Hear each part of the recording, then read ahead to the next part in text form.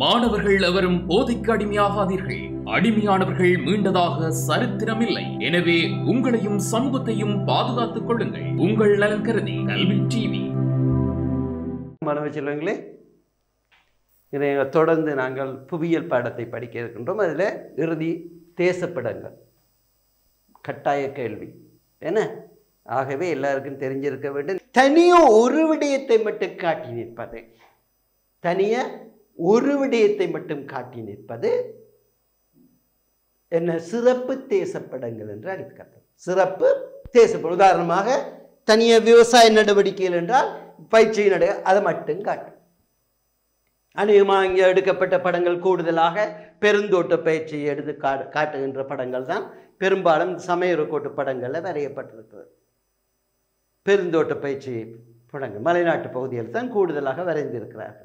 அப்போ அது ஒரு விடயத்தை மட்டும் காட்டுவதாக இருந்தால் அது சிறப்பு தேசப்படங்கள். அல்லது கரையோர அம்சங்களை மட்டும் காட்டுவதாக இருந்தால் அதுவும் சிறப்பு தேசம். ஒரு விடயத்தை மட்டும், ஏதாவது ஒரு இடத்தை மட்டும் காட்டுவது. போக்குவரத்தை காட்டுகின்ற படங்கள், இலங்கையில் நீங்கள் இலங்கை படங்கள் போக்குவரத்து ஒரு விடயத்தை மட்டும்தான் காட்டும். ஆகவே ஒரு விடயத்தை காட்டுகின்ற படங்கள் சிறப்பு தேசப்படங்கள் என்று அழைக்கப்படும். இப்போ விளங்குதா? இப்போ இவ்வளவு நான் முதல் கிளாஸில் படித்தேன். இன்றைக்கு நாங்கள் பார்க்க போகிறது அளவு திட்டங்கள் என்ற அடிப்படையில் நாங்கள் பார்க்க போகிறோம். அப்போ அளவு திட்டம் என்றால் என்ன? அளவு திட்டம் என்றால் என்ன? அளவு திட்டம் என்பது ஒன்றை, உண்மையான ஒன்றை நாங்கள் அதே அளவில், அதே அளவை வைத்துக்கொண்டு அதை பெரிதாகவோ அல்லது சிறிதாகவோ வரைந்து அல்லது செய்து காட்டுகின்ற முறைகள். இதுதான் அளவு திட்டம். அளவு திட்டம் என்றால் என்ன? ஏதாவது ஒன்றை, அது உண்மையாக அந்த அளவை நாங்கள் என்ன சொன்ன, அந்த உண்மையான அளவு மாறாமல் அதை பெரிதாகவோ அல்லது சிறிதாகவோ வரைந்து காட்டுவதோ அல்லது செய்து காட்டுவதோ. அப்ப என்ன அடிப்படையில்? உண்மையான அளவை வைத்துக்கொண்டு அதை சிறிதாகவோ பெரிதாகவோ வரைந்து காட்டுவது. அப்ப அந்த சிறிதாக வரைந்து காட்டப்பட்டதுல நாங்க பார்க்கலாம், அதுல என்ன அளவு திட்டம் என்று குறிக்கப்பட்டிருந்தா இந்த அளவுல தான் நான் இதை வரைந்து இருக்கிறேன். ஆகவே உண்மையான அளவை கண்டுபிடிக்க முடியும். அதே போன்று பெரிதாக, உண்மையான அளவை இன்னும் பெரிதாக வரைந்து காட்டுவதாயிருந்தால் இந்த உண்மையான அளவினுடைய அளவை வைத்துக்கொண்டு எந்த அளவுக்கு நான் அதை பெருப்பித்திருக்கிறேன், எந்த அளவில், எந்த வீதத்தில் நான் பெருப்பித்திருக்கிறேன். எனவே அதையும் வைத்துக்கொண்டு, பெரிதாக வரைந்த படத்தையும் வைத்துக்கொண்டு அதில் அளவு போட்டிருப்பது, அளவு திட்டங்களை தான் என்ன அடிப்படையில் இந்த அளவில் நான் வரைந்திருக்கிறேன். ஆகவே அதை வைத்துக்கொண்டு உண்மையான அளவை எங்களால் கண்டுபிடிக்க முடியும். இதுதான் பிள்ளைகள் அளவு திட்டம் என்பது. நீங்கள் என்னவா வரைவதாக இருந்தாலும் உண்மையான அளவில் இருந்து நீங்கள் எவ்வளவு தூரம் இதை பெருப்பித்து வரைந்திருக்கிறீர்கள் அல்லது சிறப்பித்து வரைந்திருக்கிறீர்கள். நீங்கள் கை கொள்ளுகின்ற அளவு வீதம்தான் அளவு திட்டம் எனப்படுகிறது. இப்போ விளங்குதா பிள்ளைகள்? இப்போ அளவு திட்டம் என்ன இன்னென்று விளங்குதா பிள்ளைகள்? ஓகே. இந்த அளவு திட்டங்கள் ஆரம்ப காலத்தில் எப்படி வரையப்பட்டது? அங்குல அடிப்படையில் வரையப்பட்டது. எவ்வளவு? ஒரு அங்குலம் சமன் ஒரு மைல் என்ற அளவு திட்டத்தில் வரையப்பட்டது. இன்றைக்கு சென்டிமீட்டர்கள் வளர்ச்சி அடைந்தது. டிஜிட்டல் முறையில் சென்டிமீட்டர் இதில் வளர்ச்சி அடைந்தது. சென்டிமீட்டர் கிலோ முதல் அடி, அங்குலம், அடி, யார், அது பிறகு மைல் என்று போனது. இப்போ என்ன, எத்தனை மைல் என்று கேட்பார்கள். இங்கேருந்து இவ்வளோ தூரம் உங்களோட வீடு வரையும், வீட்டிலேருந்து உங்களோட பாடசாலை எத்தனை மைல் பழைய காலத்தில் கேட்பார்கள். இப்போவும் பின்பற்றப்படுகிறது. மூத்தோர்கள் அப்படி கேட்போம், எத்தனை மைல் அல்லது கட்டை சொல்கிறேன் இல்லை, எத்தனையாம் கட்டை, பஸ்ஸில் போய் வரும்போது இத்தனையாம் கட்டை, 2ஆம் கட்டை, 3ஆம் கட்டையில் இந்த ஊர் இருக்குன்னு சொல்கிறேன் இல்லை. கட்டை என்பது மைல். ஏன் அப்படி சொல்லப்பட்டது? ஒவ்வொரு மைலாக அளந்து அளந்து அளந்து கல்லுகளை நட்டார்கள். கல்லுகள் அதில் இருக்கும் எத்தனையாவது மைல் உண்டு. அல்லது கல்லுகள் இல்லாத முதல் காலத்தில் மரங்களை நட்டார், மரத்துண்டுகள். நீங்கள் பார்க்கலாம் பழைய உங்களோட வீதிகளில் போடும்போது எழுதியிருக்கும் பாருங்க, 2 கரையிலையும் இங்கால போகிறாக்கள் இங்கால பக்கம் இருக்கும், அங்கால பக்கம் அங்கால பக்கம் எழுதியிருக்கும் கரையில். இப்போ கிலோமீட்டர் கேஎம் என்று போட்டிருக்கும், முன்னுக்கு எம் போட்டு இருந்தது. விளங்குதோ? பார்த்தீங்கன்னு சொன்னால் ஒரு அங்குலம் 1 மைல். இது இப்போ கிலோமீட்டர் வந்தவுடைய ஆக குறைந்தது சென்டிமீட்டர் ஒன்றுக்கு 50,000 என்று போடப்பட்டிருக்கும். 1 சென்டிமீட்டர் குறிப்பது 50,000 சென்டிமீட்டர்களை அல்லது அரை கிலோமீட்டர்களை என்ற அடிப்படையில். அப்ப அளவு திட்டம், இந்த அளவு திட்டத்தின் அடிப்படையில் இந்த படங்கள் வரையப்பட்டிருக்கின்றன. ஏன் அவ்வாறு நாங்கள் வரைகின்றோம் என்றால் எங்களுடைய தேவைகளை பொறுத்து நாங்கள் அப்படி வரைய வேண்டியது. எந்த படமாக இருந்தால் ஒன்று பெரிதாகவோ அல்லது உண்மையான அளவு, பருமன், வடிவம் என்பவற்றை இப்போ என்ன வரைவதா இருந்தால், உங்களை வரைவதா இருந்தால், வேறு யாரோ வரைவதா இருந்தால் என்ன நடக்கிறது? சின்னனாகவும் வரையலாம், பெரிதாகவும் வரையலாம். நீங்கள் பார்க்குறீங்க என்ன இந்த இதுகள் கட்சுகள் எல்லாம் வரைஞ்சிருப்பார்கள். உருவங்களை தேர்தல் காலத்தில் நீங்கள் பார்க்கலாம், சினிமா படங்கள் வார காலத்தில் பார்க்கலாம். என்ன பெரிய இதுகள் உருவங்களாக வரைந்திருப்பார்கள். நடிகருடைய உங்களுக்கு பிடித்தமான நடிகருடைய உருவங்கள் எல்லாம் வரைந்திருப்பார்கள். பார்த்தா நீங்கள் என்ன அப்போ நீங்கள் பார்க்கலாம், என்ன உண்மையான வடிவத்தை வச்சுக்கொண்டு பெருசாக்கும், பெரியதை சிறிதாக்குகின்றோம். ஆகவே உண்மையான அளவை அங்கு நீங்கள் என்ன அளவில் அதை பெரிதாக்குனீங்கள், என்ன அளவில் சிறிதாக்கினீங்க என்பதை கீழே போட்டிருப்பீங்க. ஆகவே உண்மையான அளவை வரையலாம். அப்படி பார்க்கும்போது இந்த உலகம் பெரிது, இந்த உலகத்தையே நாங்கள் வரைந்து காட்டுகிறோம். விமான படங்களாக இருந்தால், போக்குவரத்து படங்களாக இருந்தான, அல்லது குடியிருப்பு படங்களாக இருந்தான, எல்லாத்தையும் அப்படி ஆணித்தரமாக பிள்ளையின்றி இன்றைக்கு நாங்கள் கண்டுபிடிச்சோம். ஒரு உலக படத்தில் இந்த பெரிய எந்த உருவத்தையும், உண்மையான உருவத்தையும் உங்களோட உருவத்தில் பேப்பரில் வரைய முடியுமோ? ஏன்? பேப்பர் சின்னனா இருக்கு. அதை காவி கொண்டு செல்ல முடியுமோ? முடியாது. ஆகவே நாங்கள் பயன்படுத்தக்கூடியதாக, நாங்கள் கையாளக்கூடியதாக, என்ன எல்லோருக்கும் விளங்கப்படுத்தக்கூடியதாக என்ன செய்யலாம்? எங்களுடைய தேவைக்கேற்ப உருவங்களை சிறிதாக வரைய வேண்டி இருக்கிறது. ஏனென்றால் நாங்கள் வரைவு தாளங்கள்கிட்ட என்ன சின்னனாக இருப்பது, பெரியும் இருக்கு, ஆனால் காவி கொண்டு போகலாம். அதை பாதுகாப்பதெல்லாம் கஷ்டம், அதை கையாளுவதும் கஷ்டம். ஆகவே தான் நாங்கள் என்ன சொல்கிறோம்? இலகுவாக கையாளக்கூடியதாகவும் காவி கொண்டு செல்லக்கூடியதாகவும், என்ன அதே நேரத்தில் எல்லோருக்கும் காட்டக்கூடியதாகவும் விளங்கப்படுத்தக்கூடியதாகவும் என்ன செய்கின்றோம்? அதை சுருக்கி வரைகின்றோம். அப்போ சுருக்கி வரையும் போது உண்மையானதா நீ காட்ட வேண்டும்.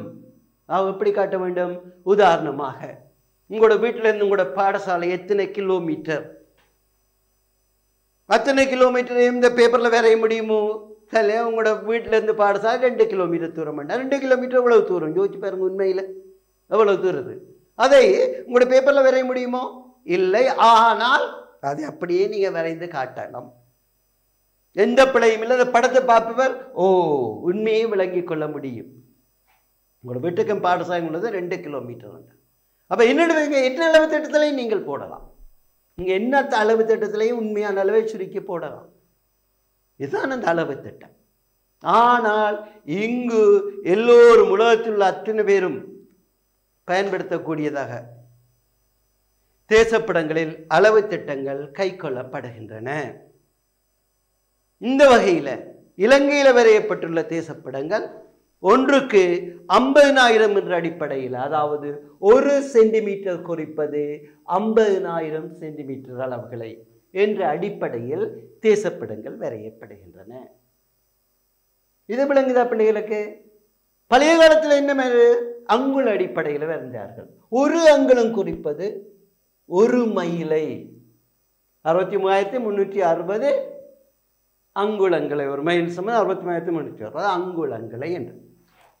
ஒன்றுக்கு 63,360 என்று போட்டால் 1 அங்குலம் குறிப்பது, அதாவது படத்தில் இருக்கிற 1 அங்குல தூரம் குறிப்பது வெளியில் எவ்வளவு அங்குலங்களே. அப்போ ஒன்றுக்கு 63,360 போட்டாலும் சரி, அல்ல ஒன்றுக்கு 1 மைல் என்று போட்டாலும் சரி, என்று போட்டிருப்பாங்க. அப்போ படத்து வெளியில் இருக்கிற 1 மைலை நாங்கள் படத்தில் ஒரு அங்குலத்தால் வரைந்து காண. அப்போ 1 அங்குலம் கூறினால், அப்போ 2 அங்குலம் கூறினால் வெளியில் 2 மைல் தூரம். உண்மையான தூரம் 2 மைல். அப்போ உண்மையான தூரத்தை நாங்கள் 2 அங்குலத்தில் காட்டியிருக்கிறேன். அதேமாரி இப்போ சென்டிமீட்டர் எவ்வளவு? 1 சென்டிமீட்டர் குறிப்பது 50,000 சென்டிமீட்டர்களை. 50,000 சென்டிமீட்டர் என்றால் அரை கிலோமீட்டர். அப்போ இங்கே 2 சென்டிமீட்டர் தூரத்தை நீங்கள் காட்டியிருந்தால் அவருடைய நீளம் எவ்வளவு, தூரம் எவ்வளவு இருக்கும்? வெளியில் உண்மையான அளவில் எவ்வளவு இருக்கும்? 2 சென்டிமீட்டர் தான். 1 சென்டிமீட்டர் அரை கிலோமீட்டரை காட்ட வேண்டாம், 2 சென்டிமீட்டர் 1 கிலோமீட்டரை காட்டும். இப்போ விளங்குதா? அப்போ இந்த ஒன்றுக்கு 50,000 என்ற அடிப்படையிலேயே இலங்கையில் வரையப்படுகின்ற தேசப்படங்கள் எல்லாம் வரையப்படுகின்றன. இப்போ யார் என்னத்தை வரைந்தாலும் கீழே என்ன அளவு திட்டத்தின் அடிப்படையில் வரையப்பட்டது. அப்போ இப்போ விளங்குதா? இப்போ இந்த அளவு திட்டங்கள் என்ன மாதிரி அளவு திட்டங்களும் பிரிக்கப்படுங்க. ஒன்று சாதாரண அளவு திட்டம், பின் அளவு திட்டங்கள், வகைக்குறிப்பு பின் அளவு திட்டம் என்ற அடிப்படையில். அப்போ ஒன்றுக்கு 50,000 அதை வகைக்கூற்று பின் அளவு, வகைக்கூற்று அளவு திட்டம். ஒன்றுக்கு இக்கு என்பதற்கு என்ன போடுறது? 2 புள்ளிகளை போடுவார். ஒன்றுக்கு 50,000 2 புள்ளி, 1 போட்டு 2 புள்ளிகளை போட்டு அங்கால் போட ஒன்றுக்கு 50, 1 சென்டிமீட்டர் 50,000 சென்டிமீட்டர் சமன். அடுத்தது பின்னத்தில் காட்டுவது பின் அளவு திட்டம். எப்படி காட்டுவது? 500 50,000 மேல் 1 போட்டால் அது பின்னத்தில் காட்டுவது. 50,000 சென்டி படத்தில் உள்ள 50,000 சென்டிமீட்டர்கள் வெளியில் 1 சென்டிமீட்டர் தூரத்தை குறிக்கும். இல்லை, வெளியில் இருக்கிற 50,000 சென்டிமீட்டர் படத்தில் 1 சென்டிமீட்டரை குறிக்கிறது. விளங்குதோ? இப்போ அது வகைக்குறிப்பு பின் அளவு திட்டம்னு சொல்லப்படும். பின்னத்தில் கால வகைக்குறிப்பு பின் அளவு திட்டம், மற்றது வகைக்கூற்று அளவு திட்டம் என்று கூறும். சரியா? இப்போ விளங்குதா? இப்போ ரைட். இந்த அளவு திட்டங்களை எவ்வாறு வரைவது என்று உங்களுக்கு நான் வரைந்து காட்டுகிறேன் பாருங்க. ஓகே, சரியா பிள்ளைகள்? ஆகவே இங்கே பாருங்க, அளவு திட்டங்களை எவ்வாறு இருக்கலாம்? 2ஆக வகைப்படுத்தலாம். ஒன்று கூற்று அளவு திட்டம், அடுத்தது வகைக்குறிப்பு பின் அளவு திட்டம். கூற்று அளவு திட்டம் என்பது வாயினால் கூறுவது. எல்லோரும் வாயினால் தான் கூறுவது, காலால் கூறுவதுன்னு கேட்குறீங்கல்ல, சரிதானே? வகைக்குறிப்பு எடுத்து கூறுவதுக்கு அது கூற்று. எடுத்து கூறுவதை கூற்று. எப்படி? ஒன்றுக்கு 50,000. அதுக்கு தான் இந்த ஒன்றுக்கு வேறுங்க 1 போட்டு 2 டொட் போட்டு 50,000. ஒன்றுக்கு 50,000. ஒன்றுக்கு அது கூற்று அளவு திட்டம் என்று கூறும். அடுத்தது வகைக்குறிப்பு பின் அளவு திட்டம். வகைக்குறிப்பு பின் அளவு திட்டம் எவ்வளவு? 50,000 மேல் 1. இதெல்லாம் உங்களோட புத்தகத்தில் இருக்கு, நீங்க பார்க்கலாம். சரிதானே? விளங்குதா? அப்போ ஒன்றுக்கு 50,000 விட நம்ம இப்படி போட்டு 50,000 மேல் 1 சென்டிமீட்டர் குறிப்பது 50 பின்னத்தில் எடுத்து கூறுவது. இப்போ 2 வகையாக அளவு திட்டங்கள் வகைப்படுத்தப்படுகின்றன. இது விளங்குதோ பிள்ளைகளுக்கு? என்ன? அப்போ அதை என்னத்துல காட்டுவது? நேர்கோட்டில் காட்ட வேணும். இப்படி காட்டினால் இது கூற்று அளவு திட்டம், இது வகைக்குறிப்பு பின் அளவு திட்டம் என்று கூறுவீங்க. ஆனால் அளவு திட்டங்கள் எவ்வாறு வரையப்படுகிறது? ஒரு படம் வரைவதுண்டா நேர்கோட்டில் வரைவோம், குறுகோடும் வரைவோம். ஆனால் அளவு திட்டங்களை நேராகத்தான் காட்ட வேண்டும். உங்களோட ரூடர் எல்லாம் அப்படி இருக்கு, நேராகத்தானே இருக்கு. டேப்புகள் அளக்கிற டேப்பு எல்லாம் அப்படி இருக்கு, நேராகத்தான் இருக்கு. அவை ஒன்று அங்குலத்தில் இருக்கும், அடுத்த பக்கத்தில் பார்த்தீங்கன்னா சென்டிமீட்டரில் இருக்கும். ரூலர் கையில் வச்சுருந்தா எடுத்து பார்க்கலாம் பிள்ளைகள்.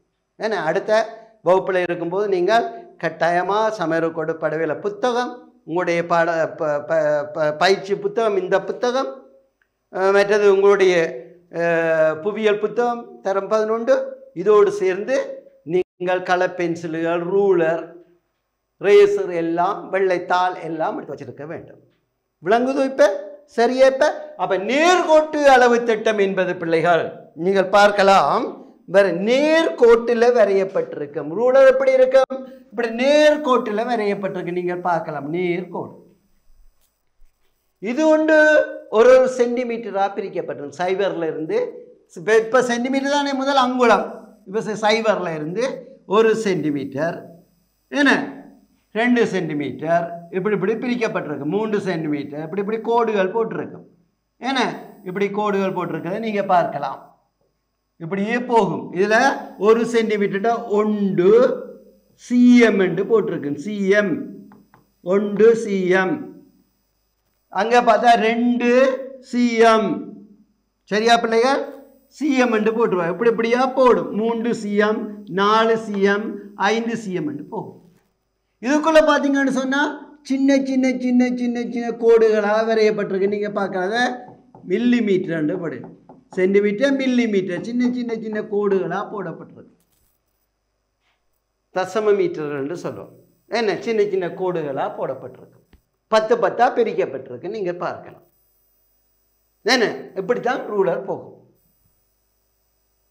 அது பிறகு அப்படியே நீட்டி கொண்டு போ கிலோமீட்டர் வரையும் போகும். அப்படி பெரிய இலக்கங்களை, பெரிய தூரங்களை இருப்பது கிலோமீட்டர்ல போகும். உயரங்களை இழக்கும்போது சென்டிமீட்டராக போய்கொண்டிருக்கும். என்ன அல்லது மீட்டர்ல போய்கொண்டிருக்கும். விளங்குது? இப்ப ரைட். இப்ப நாங்க பார்க்க போறோம். இப்ப இங்க அளவு திட்டம் என்பது 2 பக்கமும் காட்டப்படும். இது இடக்கை பக்கம் என்றால் வளைக்கை பக்கம், அல்லது இங்கால பிளஸ் அங்கால மைனஸ், மைனஸ் பக்கமும் காட்டப்பட்டிருக்கும். சரியா? எப்படி என்றது பாருங்க. எப்படி நாங்க பார்த்தோம்னு சொன்னால், இப்படி நேர்கோடு இருந்தால், இப்படி நேர்கோடு இருந்தால் நான் இந்த முதல் இதை காட்டினேன். என்ன இதை சைவராக்கி கொண்டு இது 1 என்று போட்டிருக்கோம், இது 2 என்று போட்டிருக்கோம், 3 4 5 என்று போட்டிருக்கு. இதை 0 என்று போட்டோம் என்றால் பிள்ளைகள், இதை 0 என்று போட்டோம் என்றால் ரூலர்ல இந்த பகுதி. சரியா பிள்ளைகள்? இதை 0 நான் 0 மேல இங்கே போட்டேன். இது 1, இது 1, இது 1, இது 2, இது 3, இது 4 cm என்று போகுது. எங்க cm இதில் போடணும். அப்ப இதுக்குள்ள 10 10 பிரிச்சு இருக்கும். இது எத்தனை சென்டிமீட்டர் இருக்கும்? அப்ப அரை சென்டிமீட்டர், 1 சென்டிமீட்டர் சமன் 0ல இருந்து, என்ன இது 0 இருந்தால் இந்த 0ல இருந்து 1 சென்டிமீட்டர் தூரம் கீழே 50,000. இது விளங்குதா பிள்ளைகள்? 50,000 என்று போட வேண்டும். இதுல வரம் பொருங்குவா, பொருங்க பிள்ளைகள் பாருன்னா. சரி, இந்த இதுல பாருங்க பிள்ளைகள், இதுல பார்த்தோம்னு சொன்னால் இதுல 1 சென்டிமீட்டர் விட 50,000 சென்டிமீட்டருக்கு சமன். இது 50,000. இது 100,000, 1 லட்சம் அல்லது 1 கிலோமீட்டர் km. இது 1.5 கிலோமீட்டர், 2 கிலோமீட்டர், 2.5 கிலோமீட்டர் அப்படி போய்கொண்டிருக்கும். விளங்குதோ? இப்ப இந்த பக்கம் நீங்கள் காட்ட வேண்டிய தேவை இருக்கின்றது. மைனஸ் பக்கம் இந்த பக்கம் காட்டுறேன்னு சொன்னால் இங்கால கோடு போட்டு பாருங்க, இங்கால கோடு போட்டு அதே மாதிரி பிரிப்பீங்க. அதே மாதிரி ஒவ்வொரு சென்டிமீட்டரா பிரிப்பீங்க. ஒவ்வொரு சென்டிமீட்டர் பிரித்து போட்டு இதே மாதிரி எழுத வேண்டும். எப்படி? இங்கால இது ஒவ்வொன்றும் அரை இல்லவோ, அரை, இது 1 சென்டிமீட்டர் 1/2 கிலோமீட்டர், 2 சென்டிமீட்டர் 1 கிலோமீட்டர். 1 போட்டு km முன்னுக்கு போடுவீங்க. இங்கே km, இங்கே km பின்னுக்கு போடுவீங்க. போர்டில் கீரை இல்லாமல் இருக்கு பிள்ளைகள், வடிவாக தெளிவாக கீரை இல்லாமல் இருக்கு. ஏன்னா எங்களோட பிளாக் போர்டு என்றால் உங்களுக்கு இலகுவாக டக்கண்டு கீற முடியும். கவர்ச்சியாக கலர்களை பயன்படுத்தி உடனடியாக கீற முடியும். இதில் கொஞ்சம் கடினம்தான். விளங்கி கொண்டீங்கண்டா சரி. விளங்குதோ? அப்ப நீங்க பார்த்தீங்கண்டா பிள்ளைகள் பாருங்க வார்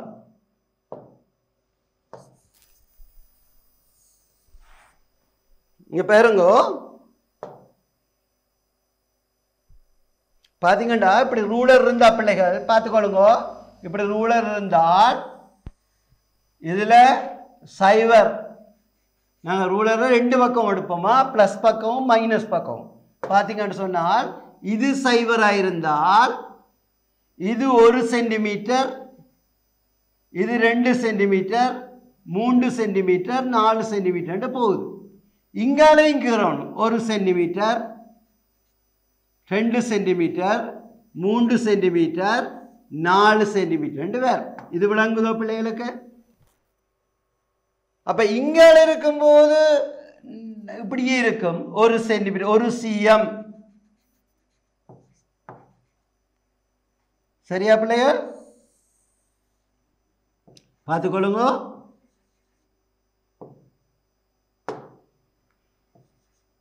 இது 1 சிஎம், 2 சிஎம், 3 சிஎம், 4 சிஎம் என்று போனா இவ்வளவு 1 கேஎம். 1 கேஎம் இப்படி இது 2 கேஎம் தூரம். இங்க நாங்க பார்த்தோம் என்றால் அதே மாதிரி பிரிக்க போறோம். எப்படி பிரிக்கும்? இது 1 சென்டிமீட்டர், 2 சென்டிமீட்டர், 3 சென்டிமீட்டர், 4 சென்டிமீட்டர். இதொண்டு அரை, இதொண்டு அரை, இது 1 கிலோமீட்டர். அதே மாதிரி தான் நாங்க 1 கிலோமீட்டர் எப்படி வந்தேன்ற பிரிக்க போறோம். இது கால், இது அரை, இது முக்கால், இது 1 கிலோமீட்டர். இப்படி போட்டு நீங்க இடப்பக்கமாக பிரித்து காட்ட வேணும். இதைத்தான் சொல்வது நேர்கோட்டு அளவு திட்டம். விளங்குதோ? ஸ்கூலில் படிப்பிச்சிருப்பாங்க. அப்போ நேர்கோட்டில் காட்டுவது நேர்கோட்டு அளவு திட்டம். திருப்பியும் சொல்கிறேன் பாருங்க. ஏன்னா இந்த ரூலரில் இருக்கிற மாதிரி ரூலரில் நாங்கள் இந்த அளவு தான் இருக்கோம், அது சைவரில் இருந்து தொடங்கும். ரூலர் இப்படி என்றால் சைவரில் இருந்து தொடங்கும். ஏன்னா ரூலர் இப்படி என்றால் ஏன்னா இதில் போடப்பட்டிருக்குமே, ஒரு பக்கம் சென்டிமீட்டர், இந்த பக்கம் அங்குலம் இருக்கும். மேல் பக்கம் சென்டிமீட்டர், கீழே அங்குலம் இருக்கும். என்ன அப்போ நீங்கள் பார்த்தீங்கன்னு சொன்னால் எங்களுக்கு சென்டிமீட்டரில் வேணும். சைவர் 1 2 3 பிரிக்கப்பட்டிருக்கும். அப்போ எங்களுக்கு என்ன தெரிய வேணும்? இது அரை கிலோமீட்டர் 1 சென்டிமீட்டர், இதுதான் 1 கிலோமீட்டர் கேஎம். இப்படியே போய்கொண்டிருக்கும். நாங்கள் இங்கே படம் வரையும் போது இந்த பக்கமும் வரைய வேணும். இப்போ நேர்கோட்டில் ரூலரில் இந்த மைனஸ் பக்கமும் வரைய வேணும். அதுதான் இங்கே வரைந்து காட்டியிருக்கிறேன். இந்த மைனஸ் பக்கம் இது இதென்றால் இது மைனஸ் பக்கம். அப்போ எப்படி இங்கே 1 சென்டிமீட்டராக பிரிக்கிங்களோ இங்கேயும் அப்படி நீங்கள் பிரிக்க போகிறீங்க. ஏன்னா பிரிக்கும்போது இந்த 1 சென்டிமீட்டர் இங்கே எவ்வளோ வரும்? அரை கிலோமீட்டர். கிலோமீட்டரில் காட்ட போகிறேன். அரை கேஎம். சென்டிமீட்டரில் குறிக்க வேணும், எழுதும்போது கிலோமீட்டரில் எழுத வேணும்.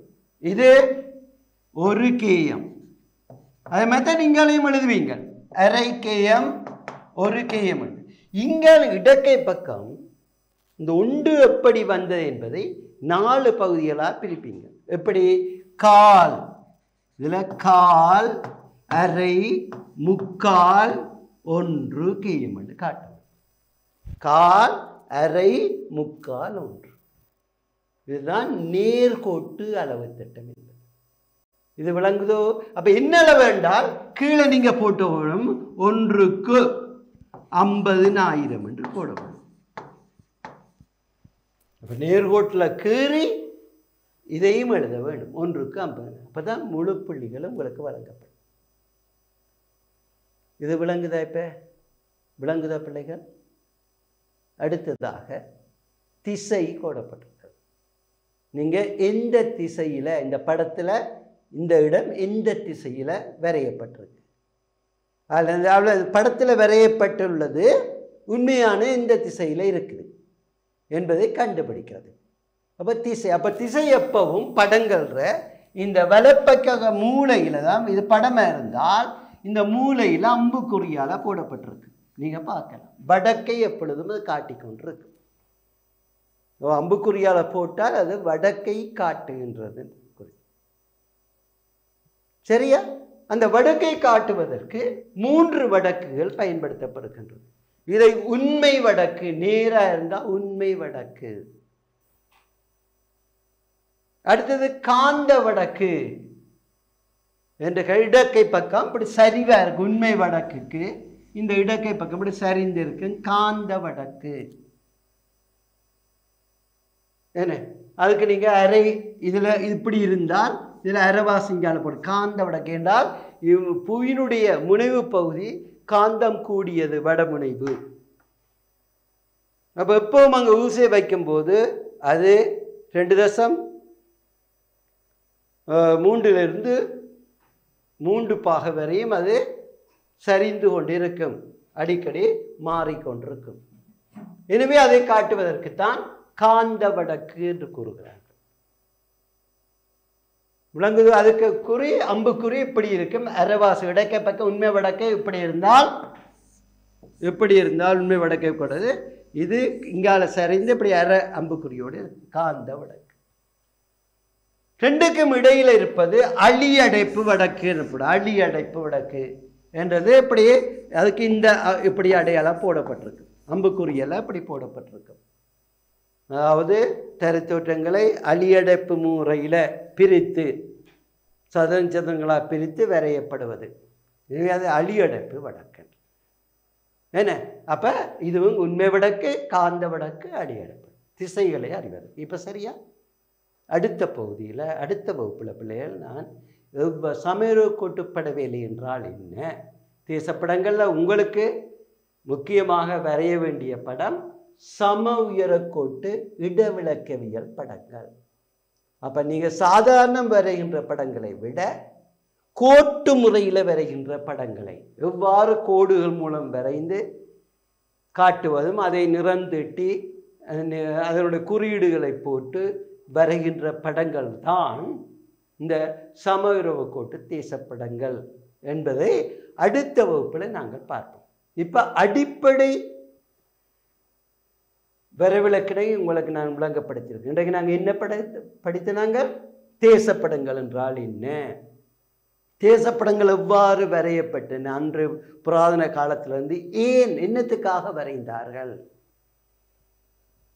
பிறகு அந்த தேசப்படங்கள் எவ்வாறு வளர்ச்சியுற்று இன்றைய நிலையை அடைந்திருக்கின்றன, எவ்வாறு வளர்ச்சியுற்று இன்றைய நிலையை அடைந்திருக்கின்றன.